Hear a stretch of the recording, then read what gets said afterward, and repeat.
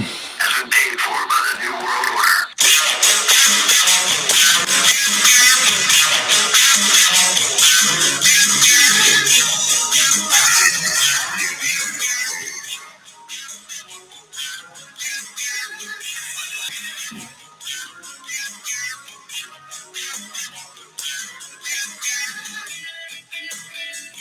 New World Order. Boom! Greetings from YouTubeville. Once again, Danny Savage, Draft Guru. If you like the video, sub and subscribe, like it. It don't cost a dime. Listen, man, today we're going to be dropping top 10 linebackers. I think this position the most is going to show who watches highlight videos and who watches football. And when I say football, what's up, Vern? Good morning, man. Good morning, Vern. And when I say football, I'm talking about years of football. So I got 30 linebackers, but this is going to be from 10 to 1. And at 10, I got a kid coming out. Good morning, Charlene Evans. Boom. At 10, I got a kid. See, here's the thing with me. And I even did it last year with my rankings. I'm a leader. I'm not a follower. If I like somebody, I like somebody. I don't care if they're not in the top 50. I'll put them in my top 10 if I've watched that much film on them and I like them. And ironically, you all can go back to my last year's top 10 lists and you'd be surprised how many top 10 guys I put in that were undrafted free agents yet started double-digit games in the NFL. Just go check. At number 10, Marlowe Wax, linebacker, Syracuse, 6'1", 240. Nobody's talking about this kid. No one even has this kid in their top 50. But I got the balls to put him at 10. So I've watched this kid for the last 4 years. He ran a 4.5 40. He didn't go to the combine. He was injured in 2024. He got an injury, lower leg injury. He still had 29 tackles, 5 sacks, 2 forced fumbles, and 1 interception.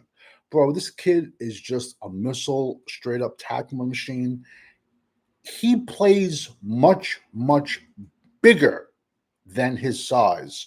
2023, 74 tackles, 4 sacks, 4 forced fumbles, and an interception. 2022, 55 tackles, 5 sacks, 2 forced fumbles, 2 fumble recoveries. In 2021, he had a bad year, 37 tackles and 7 sacks, 2 forced fumbles. The linebacker position, I have done more. I haven't done much film on the linebackers. We need more coverage linebackers. Vern, I'm going to be honest, and I'm going to be honest with everybody. It is a very below average linebacker class, and I got like 5 monsters in here. But because after those 5, it really falls off a cliff. After like 6 to 7, I mean, after this 10, I'm going to say, but some of these guys are going to go later in the draft. I could care less. If I like them, I like them. So this kid, like I said, he was injured in 2024, still put up 29 tackles, 5 sacks, 6'1", 240, ran a 4.5, and he plays much, much, much bigger than his size. Go watch the tape, people. Don't look at someone's highlight film and come on here, bro. Don't be a douche, bro. That's a douche move, man. And you come on here and talk about it. Don't watch 2 games. Why would you watch 2 games on somebody when there's 4 years worth of tape? Sloppy scouting, bro. Next kid is a kid, Mr. Consistency. I honestly think his best year was 2022. Barrett Carter out of Clemson. He's coming in at number 9, 6'1", 230 linebacker. 2024, he had 42 tackles, 4 sacks. 2023, 37 tackles, 4 sacks, 1 INT. And then in 2022, he had 41 tackles, 6 sacks, 2 forced fumbles, 2 interceptions. He was supposed to come out last year, but he didn't. He figured, let me hang out with sorority girls and get another like $1 to $2 million NIL check. You can't blame him. He has great size. I see him. You can play him anywhere. And some people might have him a lot higher. To me, he's just, I'm going to be honest, this is not to shit on him, but I'm not just going to come up here and pump everyone and not say the bad. In my opinion, I'm going to be honest with you, like nothing is flashy about him. And that's not a bad thing. It's okay to come in and boom, just be solid all the way around, a good solid player, not flashy and consistent. That is an okay thing. Clemson's had a few down years, but he's been Mr. Consistent the last year. Has had a shitload of good defensive tackles. Brian Burris playing in front of him back in 2022, I think. Number 8, no one's even talking about this kid. Kobe King, Penn State, linebacker, 6'1", 250, 53 tackles, 3 sacks, 1 interception, 1 forced fumble. 2023, 39 tackles, 2 sacks. And yo, all the Penn State fans out there, yo, please, man. It's like I can like 70, I don't know, you dress 85, 90 people, probably more for home games. You probably dress everybody. Rudy even dresses. You know, I can talk great about everyone at Penn State, but I say one thing bad about one person, and yo, the fans come out and they're brutal. Yo, this kid, like I said, 53 tackles, 3 sacks, 1 interception, 1 forced fumble. He has prototypical size. No one's talking about him. Last year, 39 tackles, 2 sacks. His problem is he was playing on a defense as a linebacker next to Abdul Carter for the last 3 years. And yo, let me tell you something. They got a walk-on, man. The kid was a walk-on. He's coming out next year, and he's a solid ass linebacker. So Kobe King is coming in at number 8. At number 7, ironic, is a kid no one's talking about. He's something. Some people talking about him a little bit, but no way is he getting enough press. And his name is Cody Simon, linebacker, the Ohio State, 6'2", 240. Ironically, he's from New Jersey. He's one of the most small states in the United States. 6'2", 240. Played a lot of football. In 2024, he had 51 tackles, 7 interceptions, 1 forced fumble, and 1 INT. And no one's even talking about this kid. Yo, this kid is a Swiss Army knife. 2023, he had 24 tackles but was hurt. 2022, 16 tackles, 2 sacks. So in 2024, he's a local kid, but in 2024, he blew up. And bro, you can see the talent, man. You can see the talent. And there's some linebacker coach in the NFL saying, yo, give me this kid. I take Barrett Carter in the 4th round at the earliest. Yeah, he's not like all that, but unfortunately, Dallas doesn't have a 4th round pick. But this channel is for all 32 NFL teams. Next kid is a kid who's been around, it seems like forever, and he came into the season super highly ranked, and he slid down. It is what it is with this kid. He's Mr. Consistency. He's a little stiff. His name is Danny Stunt, right? That's what she said. Danny Stuntsman, linebacker, Oklahoma. Like I said, he's been around forever. He came in super highly ranked. He came in super highly ranked because in 2022, he had 70 tackles, 3 sacks. 2023, 51 tackles, 3 sacks. 2024, 42 tackles, 1 sack. Like I said, he's 6'4", 245, so he has great size. If I was going to comp him to somebody, and this is not to shit on him, because I didn't even have the kid in my top 10 last year. I would comp him to like a Peyton Wilson that doesn't get hurt. And Peyton Wilson was not even in my top 10 last year because hurt people stay hurt and the injuries will come back. Next, this might be a little controversial, but I'm okay with that. Number 5. 1, 2, 3, 4, 5. 5. Nick Umaneria, South Carolina. Now, Everyone has this kid as a safety. But like I said, who's watched him play? Jeffrey Bessa is very interesting from Oregon. He has really good size. He's in my 10 to 20 class. This kid is 6'3", 230. He ran a 4.38 40 at the combine. Everyone is comparing this kid to Cam Chancellor, and I get the comps.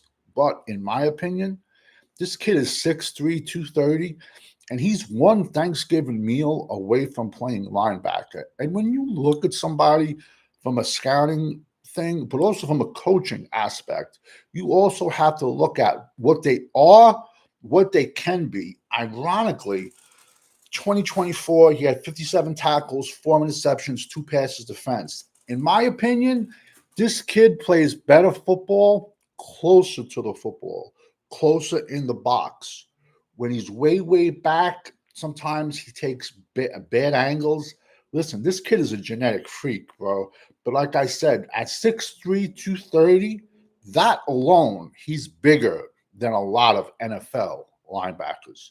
So, and I'm not saying this one way or another, but I got the balls to put this kid in my linebacking spot. Do you want an average safety or a great linebacker? Will he get exposed in pass coverage in the NFL? I don't think so because he has the size. But I also don't. Once safeties get around 6'3", 6'4", they kind of look a little awkward back there.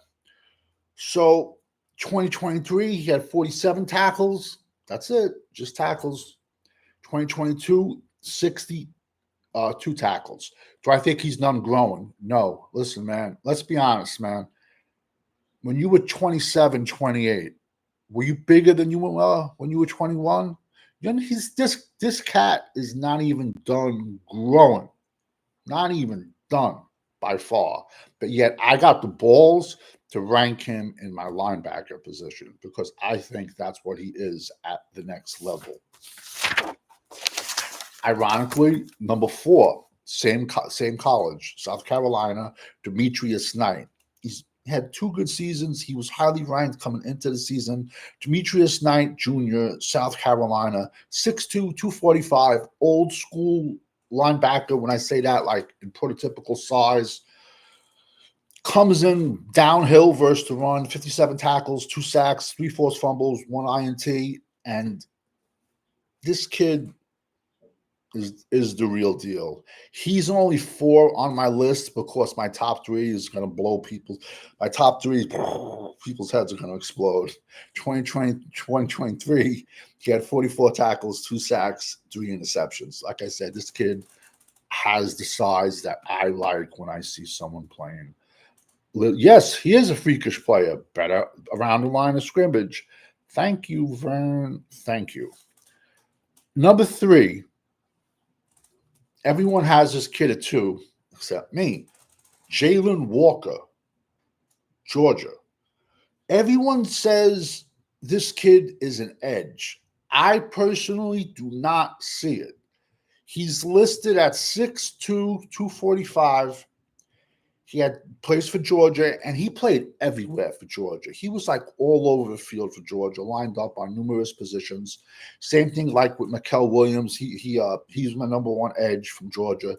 He lined up at the end and defensive tackle. Jalen Walker, 6'2", 245, and he's 245 with his pockets full of nickels.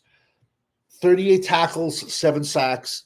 Last year, 14 tackles, 5 sacks. 2023, he was basically just like a third down pass rusher in a rotation, and he didn't play that much. I do not. When a lot of people have this kid ranked as an edge, I'm sorry, I do not see it. I do not see the edge on this kid. I see more. I don't see crazy bend with him. I just see a freak who played behind a defensive line with monsters on it, and that's not a bad thing. Jalen Walker is a chess piece. I could see teams using him as a Sam. Listen, I agree with you. I agree with you 1,000, Vern. Me and you were thinking the same. Next kid, number 2. Ironically, bro, he's from New Jersey too, one of the smallest states. Ironically, Jihad Campbell, linebacker, Alabama, 6'3". You like my Alabama? I've never been to Alabama. 6'3", 245. This kid can play every linebacker position, and he can put his hand down, and he can rush from both end spots. He was basically Alabama's number 11. 6'3", 245, 55 tackles, 5 sacks, 2 forced fumbles, 1 interception. 2023, he had 34 tackles, 1 sack. So basically, he blew up and had a coming out party. That's what she said in 2024. But yo, this kid, like I said, 6'3", 245, plays like a man on a mission, bro. He plays with bad intentions.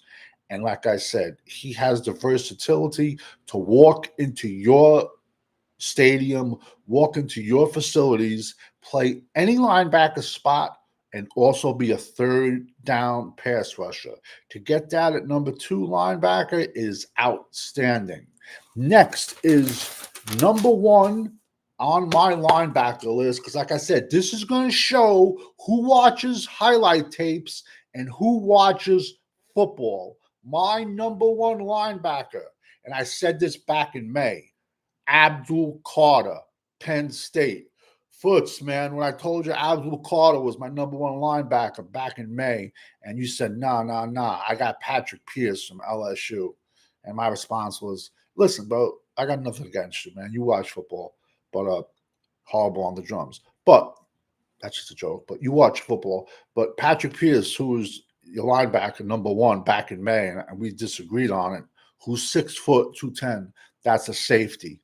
But we're not going to see him because he blew his knee out and he's coming back for another year of ball. But all right, this kid I watched this kid for 3 years, man. So all you Penn State fans, I don't want to hear your mouths, bro. I don't want to hear your mouths, man. And this kid is going to be the main reason why I say he is going to show people who watches tape and who watches highlight films, who watches football. Yo, as a pure freshman, 2022 from Philadelphia, skinny little kid, bro. He was a true freshman at Penn State. They gave him Micah's 11, 7 sacks, 2 forced fumbles, and 25 tackles. So back in 2022, I'm seeing this kid. He mostly was coming in like he didn't start. He didn't even start in 2022. And I'm seeing this kid play. This kid had no clue what he was doing. He just went out there. They said, go out there and attack the quarterback. He played with his hair on fire from the linebacker position. I'm like, yo, this kid has it. 2023, 23 tackles, 5 sacks, 1 forced fumble. Same thing. You saw this kid in 2023, you're like, yo, this kid is going to be something special. Now, here's where people fuck things up. 2024, Penn State gets a new defensive coordinator. And they're like, oh, we're going to play him at edge. Now, last year's Chop Robinson from Penn State, who was a first-round pick out of first-round pick, he went to the Dolphins. In my opinion, Chop Robinson was a third-down pass rusher. Chop Robinson is bigger than Abdul Carter. Micah Parsons is bigger than Abdul Carter. They say Abdul Carter is 6'3", 250. I'll bet money. I will bet money. He's not 250 pounds, and he's not 6'3". He's probably 6'2", 235, 240. But he's my number 1 linebacker. So if you look at him straight on, he has a narrow frame. I'm talking up top, across the shoulders. I agree with you, Vern. I agree with you. Nick Umanera from South Carolina, who had number 5 as a safety, is more broad across the top than Abdul Carter. So, like I said, they put game 1 of the 2024 season, they put him hand down edge because Penn State had a new defensive coordinator. against Wyatt Mullen, left tackle from West Virginia, that the Giants, that people that don't watch football want to throw him to guard. Watch Wyatt Mullen and him go at it. Wyatt Mullen pretty much shut him down. Wyatt Mullen had an injury in the third quarter, so they only went at it for like a half. But he got shut down. And then also, Wyatt Mullen's backup shut Abdul Carter down at edge. Game 2, I believe Bowling Green. Bruh, he did nothing. Because now he's smaller, playing up against every play, bigger offensive tackles, getting chipped by the tight ends, getting chipped by running backs. Have we learned anything from the Micah Parsons story? For all 31 other NFL teams, Micah Parsons is not a full-time edge. If you run at him, you will take his lunch. Micah Parsons should be moved around, but hey, I'm not a coach for dollars. So game 3, they play Kent State. Kent State, School of the Blind. He had like a little bit of coming out party. Abdul Carter had to take 11 tackles, 1 sack. Bro, come on, man. This is like the number 1 pick in the draft. And he had Kent State. He had a decent game. What did they do after the Kent State game? What did they do to the people who watch football and not highlight tapes? What did they do? They put him back to linebacker. And what happened? 11 sacks. 11 sacks, 25 tackles. This kid is a chess piece. He is a rover. Anyone that looks at this kid and says he's an edge is someone that just watched highlight tapes. If you watch him at edge, you'd be like, yo, he's not an edge. If you're an NFL organization and you want to spend the first overall pick on a third down pass rusher, hey, bro, that's all on you. He's going to be getting beaten up at edge. Ironically, in the collegiate playoffs against Oregon, they threw him an edge. He got ran over. He got ran over versus Oregon. And then real quick, he came out of the game, and all of a sudden he was hurt. He basically pulled a business decision right there. Like they were saying he hurt his shoulder, but they was trying to put a shoulder harness on him, and he was like, nah. He was like, seriously, it's the funniest shit in the world. This white girl trainer was trying to put like a shoulder, and he's just like, nah, get out of here, bro. He basically made a business decision. He's like, screw that. I'm going to the NFL. Listen, man, Abdul Carter,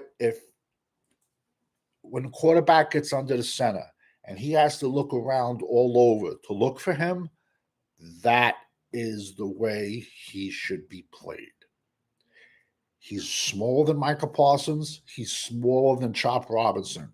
He is not a full-time edge. If you want to put him on third down, if you want to put him as a pass rusher, at edge, I don't have a problem with it. Besides that, I want to see him move all around, and I want him attacking. He still has no clue what he's doing, but he has to attack. Letting this kid go back into coverage it's like horrendous. You're not doing anything. You have to put this kid and just tell him to attack the quarterback. Hit the quarterback on every single play, whether he has the ball or not. Unfortunately, in today's NFL, you can't. I come from an era and an area, where we played a lot of teams that played the option. They called it the veer. And if you were a D tackle or a defensive end, your job, whoever it was, hit the quarterback every every play. You crack him 2-3 times, he ain't coming around that corner no more. For all the coaches out there, you know how you want to beat the veer option, even in kiddie level. Have your defensive tackles line up 6 inches outside the offensive tackles, especially on the lower levels where kids are not that athletic yet, but some are. it's a lot easier for them to crash down than it is to get outside. Also, when you line up a kid 6 inches off the tackle's shoulder, it's impossible for that offensive tackle to block that kid. What do I know? So right there, boom, Abdul Carter is my number one linebacker. See how many other draft guys got him at linebacker and not edge. If you got him at edge, you're just a straight ass cookie cutter who has not watched this kid for the last 3 years and does not look at his future. Because we all know when you're rocking with the GWO for life. Later on, I'll be dropping some sleepers. I got another mock draft. I got 32 team, 2-round mock draft 6.0 edition coming out. 10 more linebackers. I got 30 linebackers I'm dropping, but it just seems like most people just care about the top 10 linebackers. So there we at it. Bam. That's my linebacker class. Because we all know when you rock with the GWO, for life, over and out, everyone. Thank you, everyone, for jumping in chat. Thank you, Charlene. Thank you, Vern. And it's amazing, Vern. Me and you agreed on a million things. It's some people watch football, some people watch highlight tapes, man. And be careful of the snake oil salesman around here, man. You don't become a draft guy in 1 to 2 months. It's too many people, too many kids. Like I've said, watching this transfer portal, you should that alone should be a full-time job. I agree, Vern. Have a great day. Salute.